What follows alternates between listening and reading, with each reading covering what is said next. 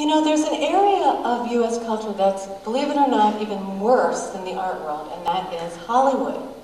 The film industry loves to think of itself as edgy, progressive, and ahead of the curve. But if you look behind the scenes at the numbers of women and people of color in positions of power as directors, writers, editors, cinematographers, you find a really, really, really low number. So for several years now, we've been renting billboards in Hollywood, just right at the time of the Oscars, and just a few blocks away from where the ceremonies are held. And for our very first one in 2002, we put a little realism into the Academy Awards and redesigned the Golden Boy to look more like the guys who take them home. The anatomically correct Oscar. He's white and male, just like the guys who win. Now, we had to back up this outrageous statement with some facts, and here they are. Best Director has never been awarded to a woman. 94% of the writing awards have gone to men. Only 3% of the acting awards have been given to actors and actresses of color. And now, that was the very year that both Denzel Washington and Halle Berry won Oscars for their performances. And we are convinced it was because of our billboard. Now, this past year, Jennifer Hudson became the 4th African-American woman in 79 years to win an Oscar, and Forrest Whitaker became the 6th African-American man to win. And of course, we take credit for that too. And here's our most recent billboard. You know, Hollywood producers have come to us several times and they say, Guerrilla Girls, we want to make a film about the history of 60s and 70s feminism. And they say, we'd love to hear your ideas. Well, usually as soon as we tell them the ideas, we never hear from them again. But one day we were sitting around thinking, what if Hollywood did make a film about the history of 70s feminism? And the minute that idea flew into our heads, another idea flew right behind it. Maybe we're lucky that Hollywood hasn't made that film. So we decided to create the movie poster for the film we hope never gets made the Hollywood way.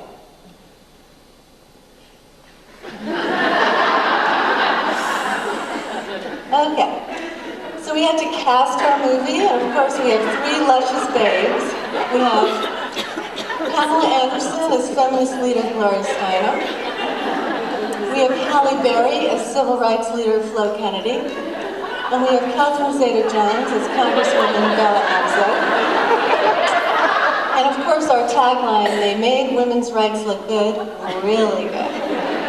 Now, those of you in the audience who've studied the 70s feminist movement, and those of you in the audience who are part of the 70s feminist movement, will see right away that we have tried to be really historically accurate in our film. And you will remember from your studies or your experience that the great feminist leaders did wear bikinis 90% of the time. Now, to round out our credits, we made it a Jerry Bruckheimer production, directed by Oliver Stone, and get the soundtrack album by Eminem. Now for some pure politics. We've focused on art and film stuff today, but we've also done a lot of posters about politics and social issues. In the last few years, everyone has been asking us what we are doing to help our country's efforts to fight terrorism and win the war in Iraq. First, we must tell you, we think this war needs an entirely new weapon, and we have proposed one to the Department of Defense. Here it is. It is the estrogen bomb. Now, how does an estrogen bomb work?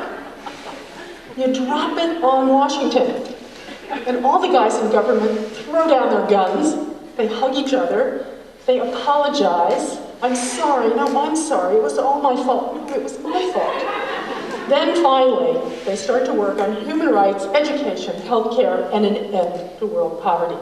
Got leftover estrogen pills out there in the audience? Send them to George Bush, 1600 Pennsylvania Avenue, Washington, D.C. Okay, so what are some of the things we would like you to take from all this? Well, first of all, Change doesn't just happen, you have to fight for it. Second, we would like everyone to invent their own crazy way of being an activist, just like we did, and their own way of being an artist. And while you're at it, their own way of being a feminist, too. Okay. So I have a few questions that I wanted to ask the Guerrilla Girls. I think the one that seems the most obvious one, and I think you'd probably love to hear about, is what was the sort of spark that sort of caused them to begin, you know? In 1984-85, and it was almost 25 years ago, that they formed as a group. So I want to hear from them the history of their formation. So I hope they can tell us a little bit about that. Well, in 1985, the Museum of Modern Art opened after several renovations ago. They reopened with an exhibition that was called An International Survey of Painting and Sculpture. It was supposed to be the last word in what was going on in the contemporary art world around the world. There were a little fewer than 200 artists in the show and only 17 women. The stats were bad enough, but then the curator of the show said in the press, and he will go unnamed, he may be out in the audience today, anyone who wasn't in, he said, anyone who's not in my show should rethink his career. Now, that was pretty damning. So a number of us went up to the Museum of Modern Art and we protested with, you know, placards and chants and banners and in a very traditional kind of way. And at the end of the day, we made absolutely no progress. Everyone going into the museum argued with us. So we decided that it was really time to invent some new strategies to make people take this issue seriously. And basically, we got a small group of women together, and we came into the group with the idea of putting 2 posters up on the street, and very quickly sat down and did the research. The idea was to make artists and galleries start feeling guilty about the low numbers. So the first one said, these artists allow their work to be shown in galleries that don't show women, you know, that show 10%, you know. And then the other one was these galleries show less than 10% women and none at all. And they were all a list of, you know, the top artists of the day and the top galleries of the day. And we remained anonymous because then we could name names. We could finger the galleries and finger the museums. And that's what caused a big stir on the street, because we put up these 2 posters and all hell broke loose. And things proceeded. Putting up the posters was an experience too. I don't think it worked out doing that because we were in masks. Middle of the night, with the glue, with the buckets, with the broom, and we'd get chased by the cops. Police would come out after us, and we'd have to run from different places, and it was fun because you could put them up on a Friday night and then hang out around the posters on Saturday afternoon when everyone was at the gallery. And we got lots of great ideas just from the interaction people had, you know, to the posters. So, but when we sat down and actually with statistics, we decided to use statistics, it's just black and white, direct. It was shocking to us. The actual it was homework. We just sat down, went through the magazines, numbered, counted, and recorded everything, and it was amazing what we came up with. And how did you do that sort of pre-internet? You know, did you go and look at the archives, let's say, for the Guggenheim? And you know, it's very easy now. I recently did a lot of research for the Global Feminisms catalog, and it was very simple. I just went on the Tate archives and could look back and look at the appalling results of how many women artist exhibitions there were. Our secret research tool for years was the Art in America Annual. Right. It came out once a year, and it had everything you need in it. You know, every gallery just so proudly displayed a list of artists. Well, we just get down the list, and you know, we have these 5-minute research projects. We said if it takes more than 5 minutes to get the research, we're not going to do it because that's not fast enough. But we So also thank you, have Art America. moles. We have moles all over the place too, always have and always will, give us information. And now, you know, a lot of these institutions are playing catch up and trying to count again. The Museum of Modern Art had no idea how many women were in its collection. I mean, if you went to the museum, you could see probably none, you know, there's hardly any, but they have just begun a project to try to identify it, and the numbers are really low, especially since they are a modern and contemporary museum. Yeah, it was an intuitive feeling that something was not right. We all felt that for a long time, and we didn't really know how to crack or do it. So when we did it that way, when we sat down just with the information, it was shocking to everybody. So there was the answer right there on how to start to approach this. And we went after, first artists, galleries, critics, collectors, museums. We went after one group after another.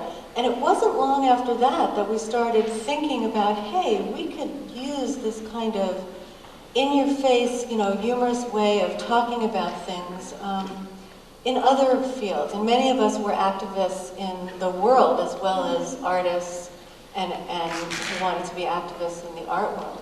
So we started right away with doing anti-war posters, social issue posters. What? The Gulf War. Yeah. We looked at the statistics. Mm-hmm. The rules that you get as a woman in the Gulf War are, it's like the South in 1960.